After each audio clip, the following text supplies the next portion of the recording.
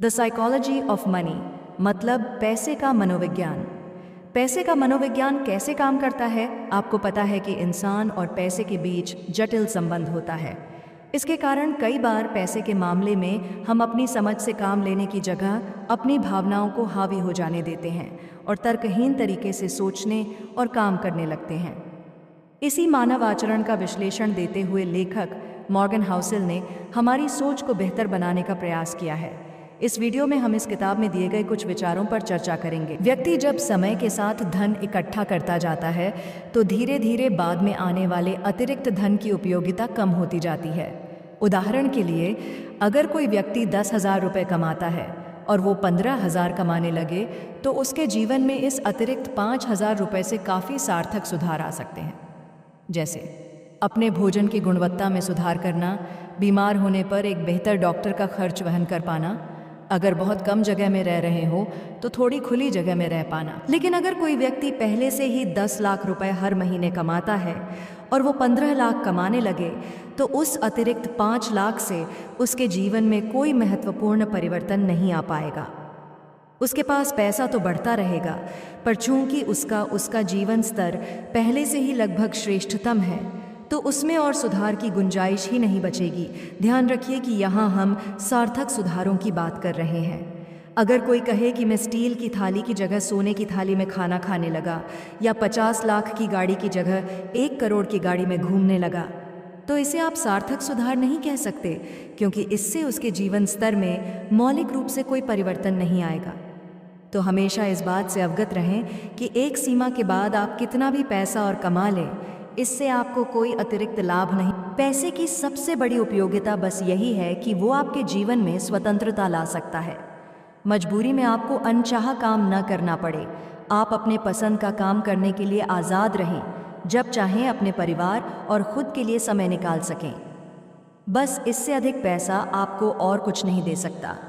और जब आप अपने समय का अपने हिसाब से इस्तेमाल कर पाएंगे तो आप काफ़ी हद तक खुश भी रह सकेंगे। इसलिए आपके पैसे का सबसे अच्छा उपयोग यही है कि वो आपको स्वतंत्र बनाए। दुनिया के अधिकतर लोग ये नहीं जानते कि उन्हें कितने पैसे कमाने की ज़रूरत है, इसलिए वे सामाजिक तुलना करके अपने पैसे की आवश्यकता का आकलन करते हैं। वे बस ये देखते हैं कि उनके दोस्त, उनके रिश्तेदार, उनके पड़ोसी कितना कमा रहे हैं और फिर उन सबसे ज़्यादा या उनके बराबर कमाने का लक्ष्य बना लेते हैं।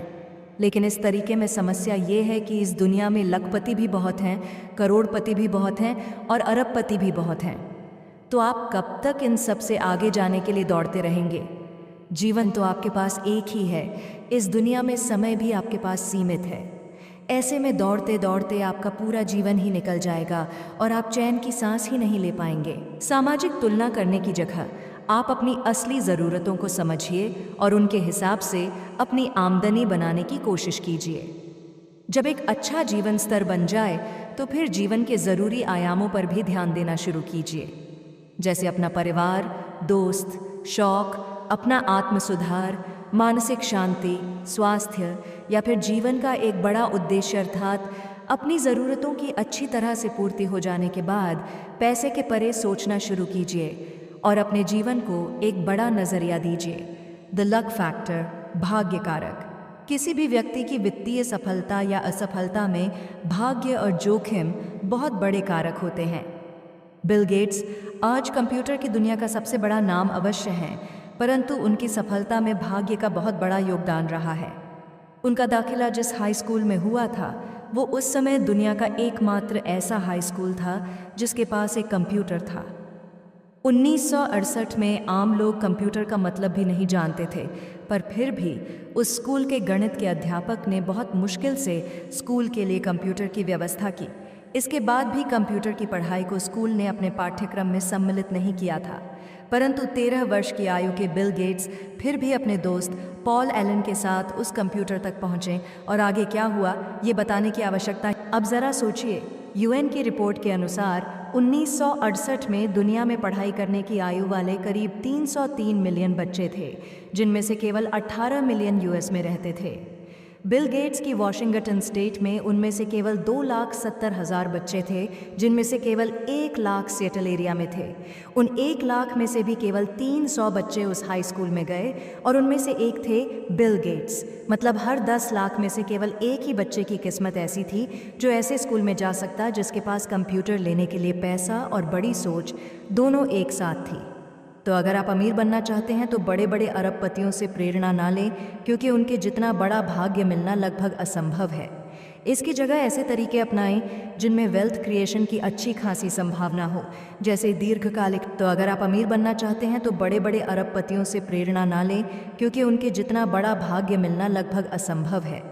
इसकी जगह ऐसे तरीके अपनाएं जिनमें वेल्थ क्रिएशन की अच्छी खासी संभावना हो, जैसे दीर्घकालिक निवेश, या फिर कोई ऐसा व्यवसाय शुरू करें जो पोर्टर के 5 फोर्स वाले मॉडल को या 5 मार्केट मस्ट हैव्स वाले मॉडल को पूरा करे।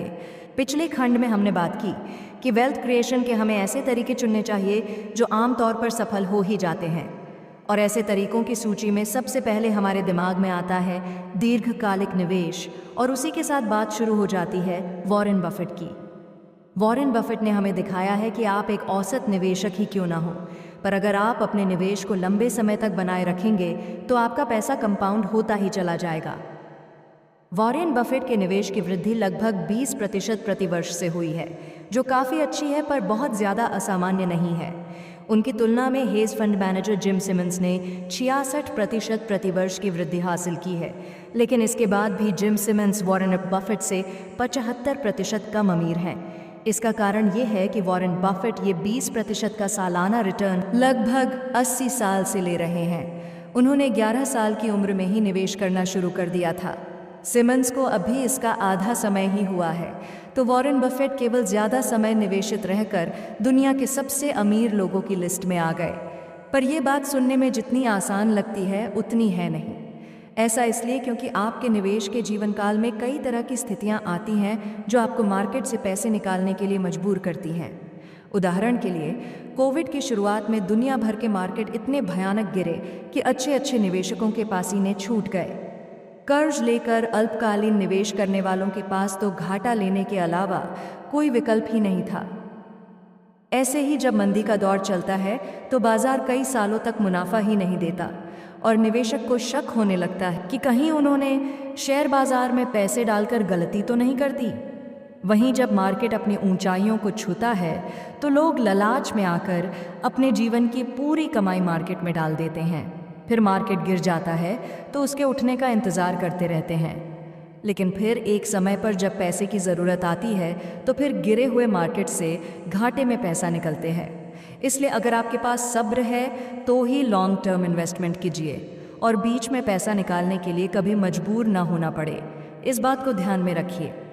मार्केट हमेशा आपकी भावनाओं और मानसिक प्रबलता को चुनौती देता रहेगा, और इस सारे तनाव को झेलने के लिए आप तैयार होंगे, तभी दीर्घकालिक निवेश आपके काम आ पाएगा।